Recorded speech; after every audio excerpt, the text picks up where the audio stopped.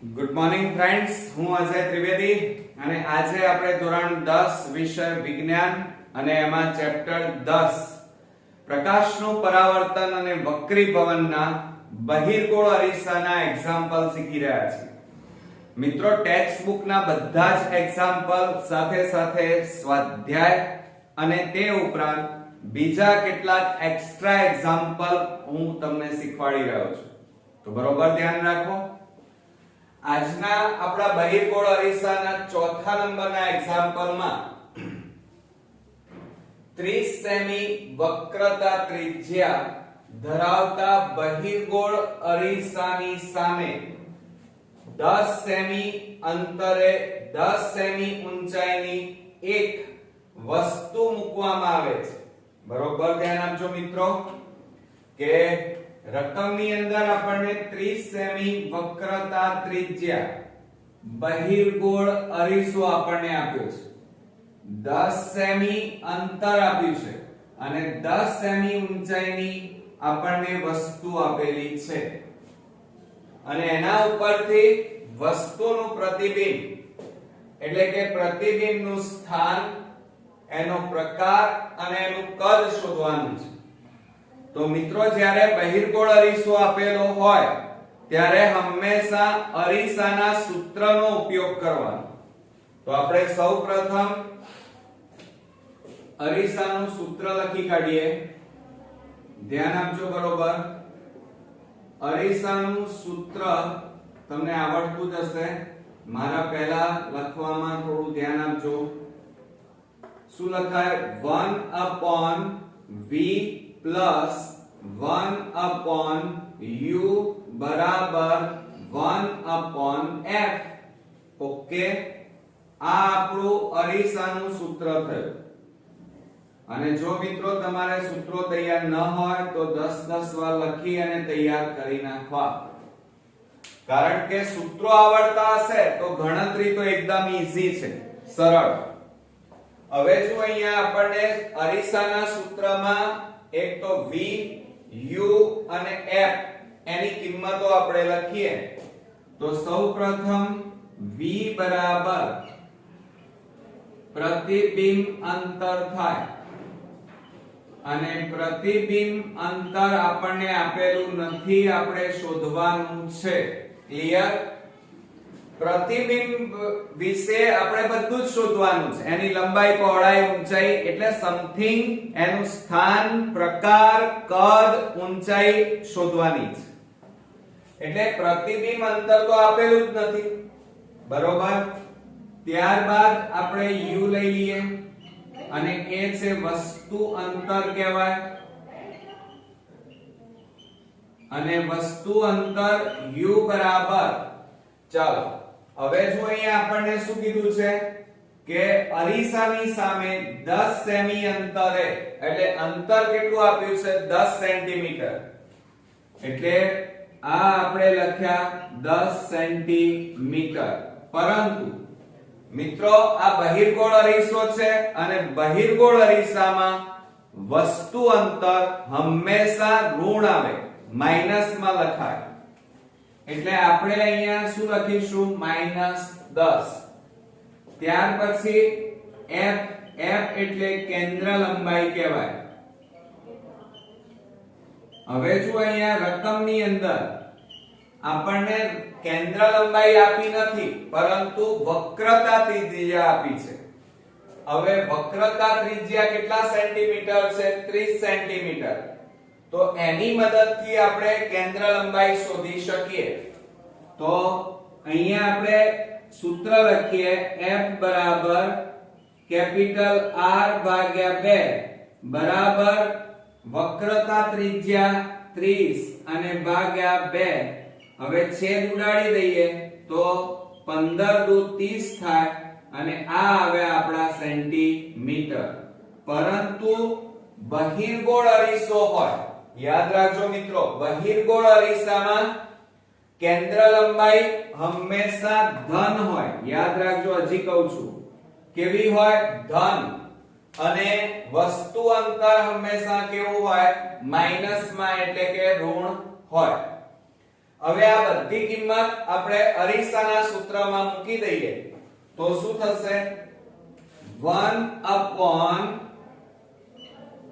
v plus 1 upon u બરાબર -10 અને બરાબર 1 upon કેન્દ્ર લંબાઈ 15 ક્લિયર હવે બરોબર તમે ધ્યાન આપો તો શું થાય 1 upon v plus minus minus 1 છેદમાં કેટલા આવે 10 અને બરાબર 1 છેદમાં 15 હવે મિત્રો આ પદ માઈનસ છે આખું એને બરાબરની પેલી બાજુ લઈ જઈએ તો શું લખાય 1 upon v બરાબર 1 upon 15 અને જુઓ આ માઈનસ પેલી બાજુ જાય તો પ્લસ થઈ જાય 1 છેદમાં 10 આવે ક્લિયર ઓકે આ માઈનસ ને આપણે પેલી બાજુ લઈ ગયા એટલે પ્લસ થયા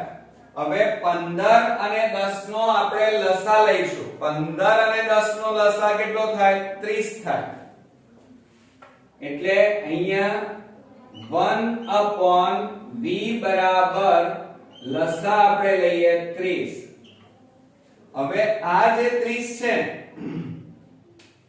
છે એ અહીંયા અને આની સાથે ગુણાય તો છેદ ઉડાડો 15 દુ 30 2 એકા 2 અને પ્લસ 10 3 30 3 એકા 3 આવે ક્લિયર આવડશે મિત્રો ચાલો હવે આટલું કર્યા પછી હવે શું થશે જુઓ 1 upon v 1 upon v બરાબર 3 ને 2 5 છેદમાં કેટલા આવે 30 હવે આપણે ક્રોસ ગુણાકાર કરીએ તો ક્રોસ ગુણાકારમાં શું થાય 30 ગુણ્યા 1 એટલે 30 થાય અને બરાબર 5 આ v ગુણ્યા 5 થાય બરોબર આ 5 ગુણાકારમાં છે બરાબરની આ બાજુ લઈ જાઓ તો ભાગાકારમાં જાય 30 છેદમાં 5 બરાબર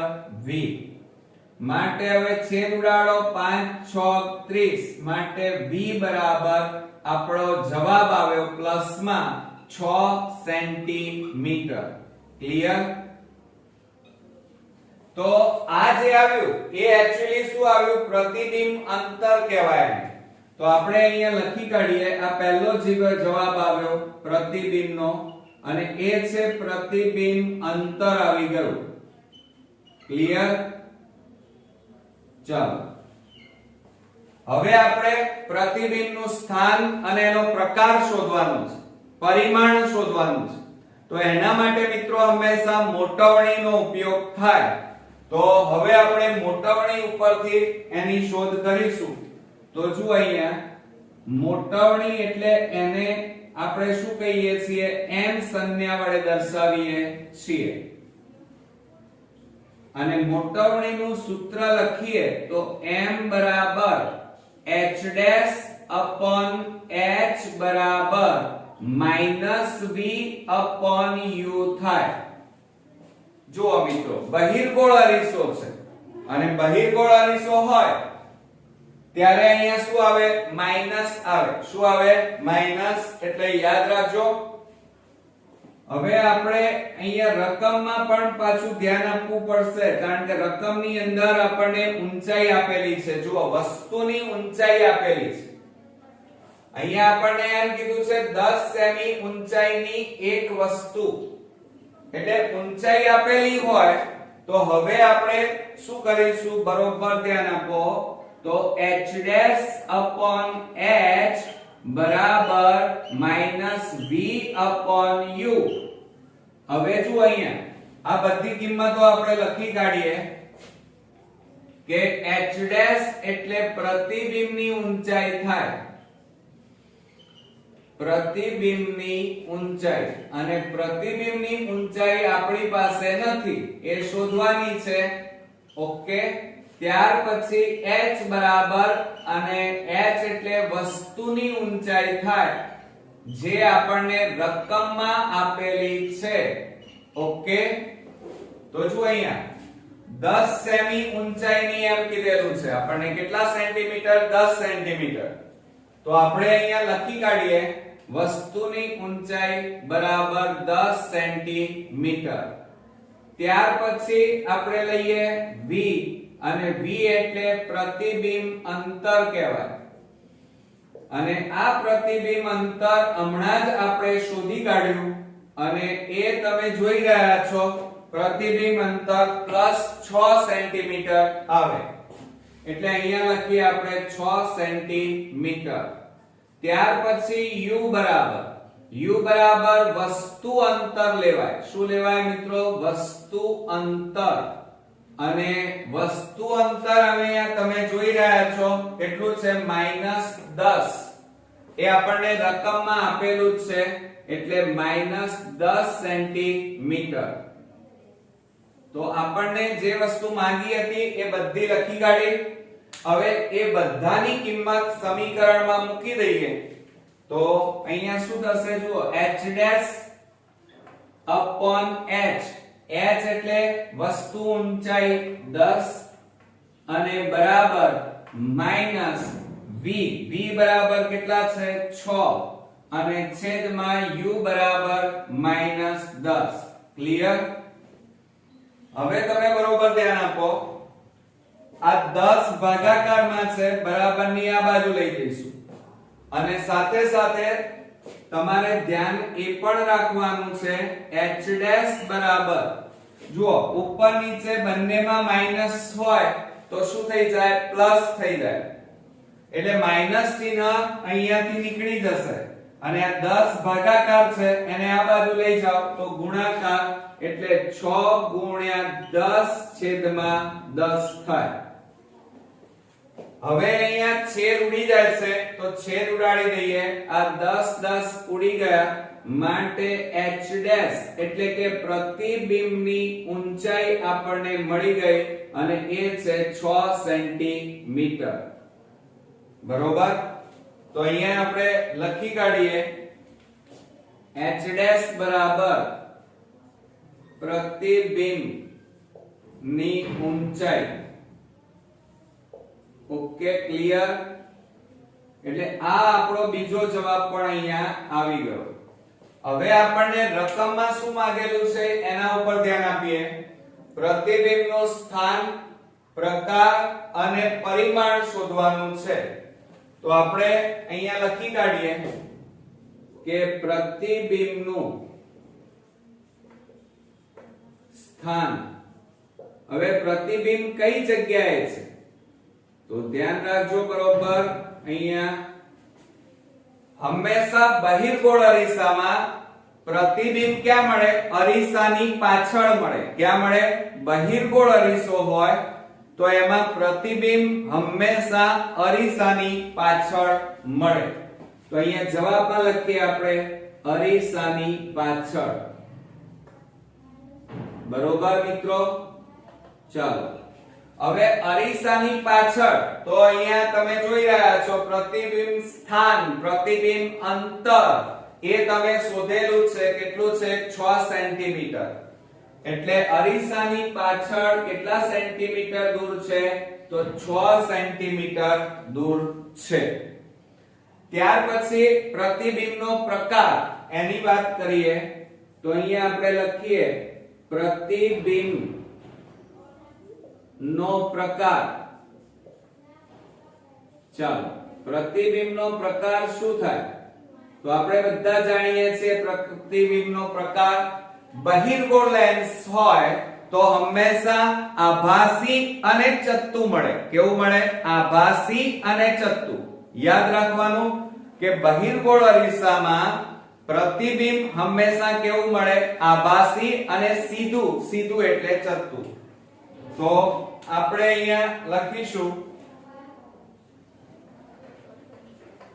આભાસી અને ચત્તુ. બરોબર? અને ત્યાર પછી લાસ્ટમાં પ્રતિબિંબનું કદ. તો આપણે અહીંયા લખી કાઢીએ પ્રતિબિંબ નું કદ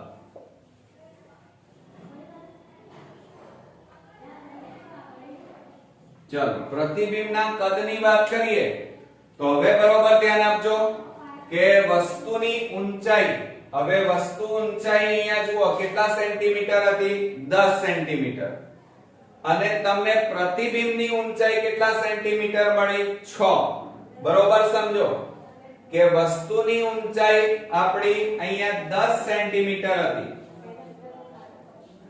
આ 10 સેન્ટીમીટર અને પ્રતિબિંબ ઊંચાઈ કેટલી મળી 6 સેન્ટીમીટર એટલે વસ્તુ કરતા પ્રતિબિંબ નાનું મળ્યું કહેવાય બરોબર કે નહીં તો અહીંયા આપણે જવાબમાં લખીશું કે વસ્તુ કરતા નાનું હવે જો અહીંયા વસ્તુ કરતા નાનું એમાં પ્રતિબિંબનું કદ કેટલું છે તો તમે જોઈ રહ્યા છો h' પ્રતિબિંબની ઊંચાઈ કેટલા સેન્ટીમીટર 6 સેન્ટીમીટર છે તો આપણે અહીંયા લખી કાઢીએ 6 સેન્ટીમીટર ક્લિયર તો મિત્રો આ રીતે જો પરીક્ષાની અંદર પદ્ધતિસર અને નિયમો અનુસાર જો તમે દાખલા ગણ્યા હોય તો બોર્ડમાં પૂરેપૂરા માર્ક્સ મેળવી શકાય કારણ કે સાયન્સમાં 80 માંથી 80 ગુણ મેળવવા એટલે લોઢાના ચણા ચાવવા જેવું છે અને એટલા માટે જ આપણે ફિઝિક્સના બધા જ દાખલાઓના સોલ્યુશન હું તમને કરાવી રહ્યો છું અને મને ખાતરી છે કે તમે આ બધા જ વિડિયો ધ્યાનથી જોઈ અને એને ફોલો પણ કરતા હશો તો નેક્સ્ટ વિડિયોમાં નવા એક ટેક્સ્ટ બુકના એક્ઝામ્પલ સાથે ફરી મળીએ ત્યાં સુધી ગુડ નાઈટ મિત્રો.